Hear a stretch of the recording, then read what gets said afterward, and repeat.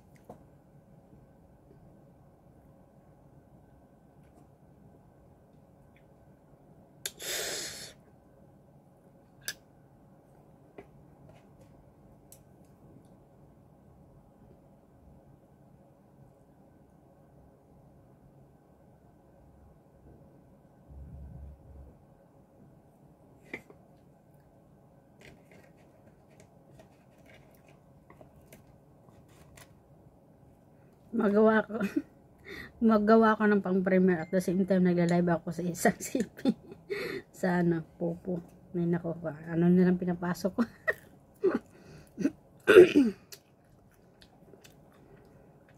Hindi naman nagyayaman. Pero in fairness, yung Popo nakakatulong sa akin. To be honest, mas mabilis magka-earning sa Popo kaysa sa YouTube. Diyos me, Marimar.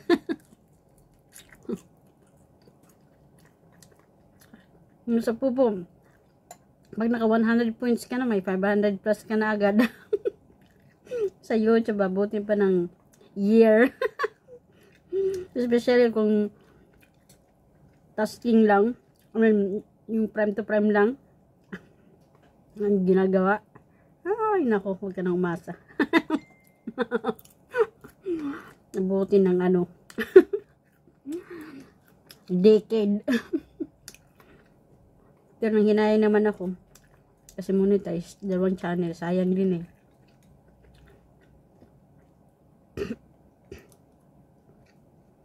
In fairness, nakasahod na rin ako sa bawat channel ko isang beses. Pero ang tagal.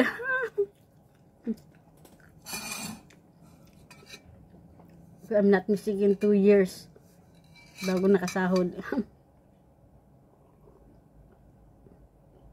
Wala. Hindi man tayo famous.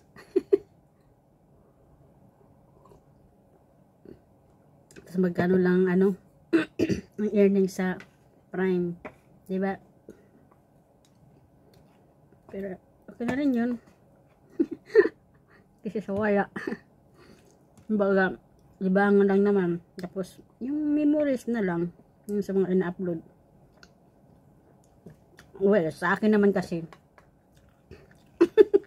Most days, mukbang lang naman tsaka laro. Hindi naman yan na babalikan ko sa mga memories pa sinasabi.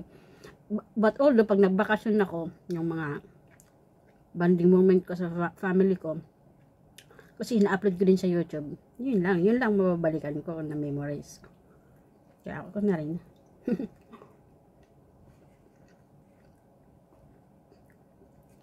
Mas mabilis sa popo. Hindi ka lang maglaro kasi ma-addict ka. Kasi once na ma-addict ka, nako, mapagastos ka imbes na makatulong sa yung popo. O kasi kung lagi kang mananalo. So, walang kasiguraduhan sa sugad, guys. Kaya kung maglaro ka man, yung alam mong kaya mo lang iwaldas. Dati talaga grabe ang galit ko. Sigaw talaga ako pag natalo ako. Sigaw ako. At the end, na-realize ko, hindi ako din naman may kasalanan. Kasi sa laro nga, walang kasiguraduhan, kaya dapat naano ka. Yung maglaro ka man na handa mong ipatalo. Kasi wala nga kasiguraduhan. Kung mananalo ka,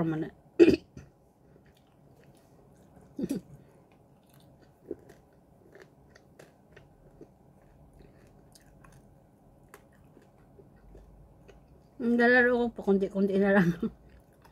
Busig tasking na lang talaga ako. Kaya lang pag minamalas ka pa, minsan nagkakabayulisyon ako. Imagine mo, 2 beses akong nagka-violation sa isang buwan. Naltasan ako tig 30k. Grabe ang inis ko. Grabe ang pag-iipon ko dun sa tasking. Imagine mo sa live na lang, 1 oras. Kada araw. Oh my goodness. Yung sa ordinary na live lang yun ah.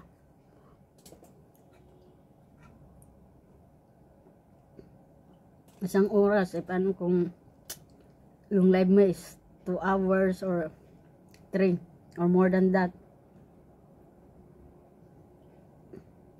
Kaya pag mga gano'n na mga more than 3 hours ang live, medyo malaki ang earnings. Sa gano'n. Pero ang hirap i-maintain dahil kaya yung normal na lang na live. Kasi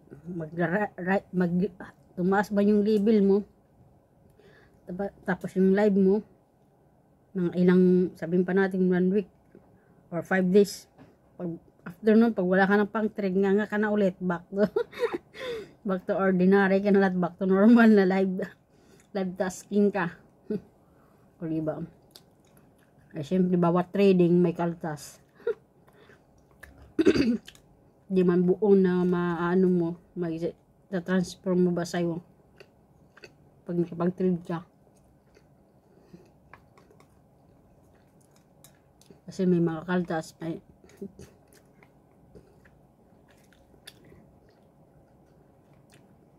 share sa agent, share sa repopo.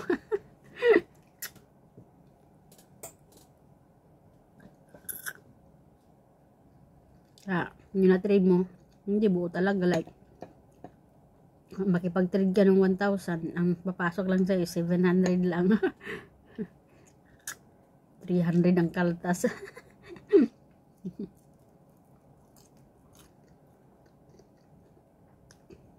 Mapunta sa agent sa 1,028 yata, 28 points. Then the rest sa 300 na kinaltas kay Popo na. Pero maganda pag agent ka. Kasi kahit paano yung mga members mo, pag nakipag-trade sila, may commission ka talaga. Galing sa sa mga member mo. Ay, maganda maging agent ka tapos marami kang member. Pero kailangan mo rin alagaan yung mga member mo. Para hindi sila mag-quit. Swerte ka pag nagkaroon ka ng member, tapos ikaw agent ka, tapos yung member mo na malakas maglaro. Kasi pag malakas maglaro, syempre pag lagi mananalo yan, lalo na kung malaki, tapos nakipag-trade yan, hindi malakihan. Laki ng commission mo yan. Yan ang maganda. Isa akong kakilala. Sa member din to eh. Member din din. Dito sa farm na to. Lakas niya maglaro. Swerte ng agent na. Ang laki na makukuha commission nun. Sigurado ka pag nakipag-trade yun. Grabe. Lakas din maglaro. Diba? Hindi kita banggitin. Bastos naman ako. Kakatakot kayo maglaro tapos laki ang bet. Just me yo. Yung sa 100k lang na napa-RC ko. Pag natalo yan, grabe yung galit ko. Ano pa kaya kung milyon? Diyos ko. Yung 1 milyon na pina-RC mo, may get 5,000 na yun. Oh my gosh. Isang 2 years kong pagsahod na sa YouTube. 5,000.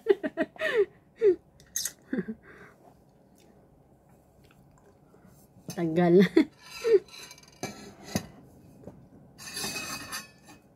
Grabe.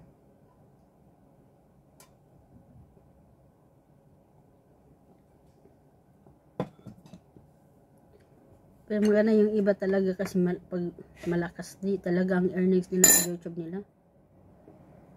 Pinakamababa siguro niyan sa mga earnings nila is not sure yung sa mga ordinary YouTuber lang.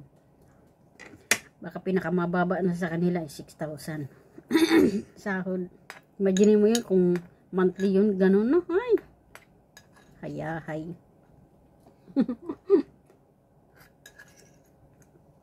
Ganda sana.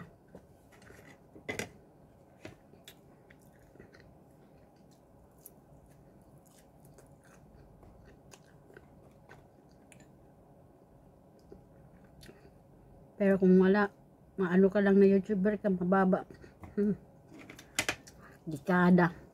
Anyway guys, thank you for watching. See you next time. Bye!